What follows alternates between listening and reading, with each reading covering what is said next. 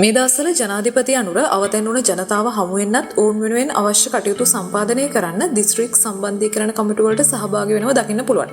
හැබැයි ඉතින් විශේෂ දෙයක් තමයි අපේ රටේ ඉස්සර හිටියේ ජනාධිපතිවරු වගේ චොපර් වලින් නෙමෙයි මේ රට වටේ යන ගමන යන්නේ. ඉතින් 6 වෙනිදා උදේ මල්වතු මහනාහිමිවරුන් බැහැදකලා මේ වෙලාවේ රජයේ වැඩපිළිවෙල පිළිබඳව දැනුවත් කරලා ආශිර්වාද ලබාගෙන පටන් ගත්ත මේ දින තුනක ගමන දිස්ත්‍රික් 6ක දිස්ත්‍රික් සංවර්ධන කමිටු කැඳවලා විපතටපත් උනේ ජනතාව හමු වෙලා ඔවුන් එක්ක සුහදව ඔවුන්ගේ ප්‍රශ්න වලටත් ඇහුම්කන් දෙමින් කරපු දීර්ඝ වෙහෙසකර ගමනක්.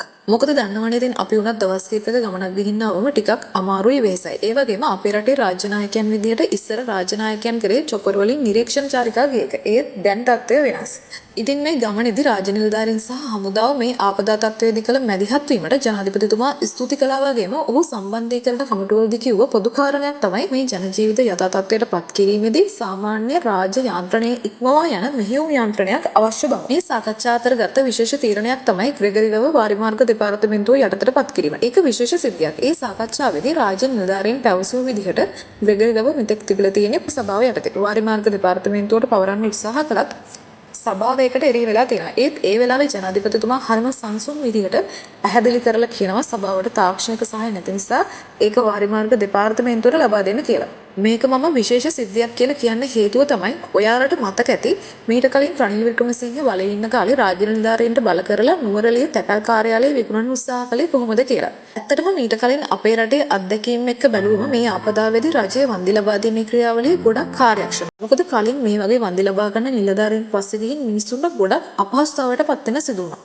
ඒ වගේම ජනාධිපතිතුමා මේ දිස්ත්‍රික්කවල යටිතල පහසුකම් සංවර්ධනයට යන වැඩසටහන් වල ප්‍රගතිය සහ ඒවා අවසන් කරන්න යන කාලය වෙන්වෙන්ව විමසුවා. වගා හානි වලට සත්ව ගොවිපළ හානි වලට කඩිනමින් වන්දි ලබා දීම, අනවසර ඉදිකිරීම වැළැක්වීමට නීති සකස් කිරීම සහ නිවාස අහිමි අය නැවත අදාළ තැන්වල පදිංචි කිරීම, ධාවනයේ නුවණ බස් රථ සේවා යළි ආරම්භ කිරීම පිළිබඳව නිලධාරීන්ට උපදෙස් ලබා දුන්නා වගේම දීර්ඝ ලෙස සාකච්ඡා කළා.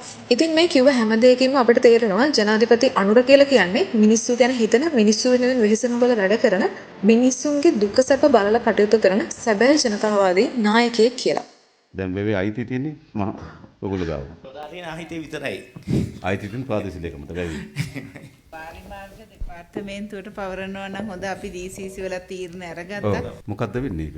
මේ සාකච්ඡා කරා යෝජනා කරා වාරිමාර්ග පවරන්න. නමුත් සභාවයකට විරුද්ධ වුණා සභාව පවරන්න ගැටලු තිබ්බේ. ඒ කියන්නේ සභාවට ওই තාක්ෂණික සහාය නැහැනේ. නෑ නේද? ඒ නිසා ඇත්තටම අපි කරන්න ඕන ඒ තාක්ෂණ නිලධාරීන් ඉන්නේ වාරිමාර්ග දෙපාර්තමේන්තුවේනේ. ඒ නිසා ඒක වාරිමාර්ග දෙපාර්තමේන්තුවට පවරන එක නේද වඩා සුදුසු. අපි මෙහෙම කරමු. ඒ කියන්නේ වාරිමාර්ග දෙපාර්තමේන්තුවට අපි වැව පවරලා ඒකේ ආර්ථික ක්‍රියාකාරකම් තියෙනවනේ. ඒ ආර්ථික ක්‍රියාකාරකම් පිළිබඳව නගර සභාවත් එක්ක ඇග්‍රීමන්ට් එකකට එමු නේද? ඔව් ගිවිසුමක් දාලා අපි ඒකෙම. ඒකට හොඳයි නේද? ඒක වැව තියාගෙන ඉන්න ඕනේ නැහැ. ආදායම් මාර්ග තියාගන්න ක්‍රමයක් හදාගමු. ස්තුතියි. ඉක්මනින් කරන්න ඒක හොඳයි. හරි.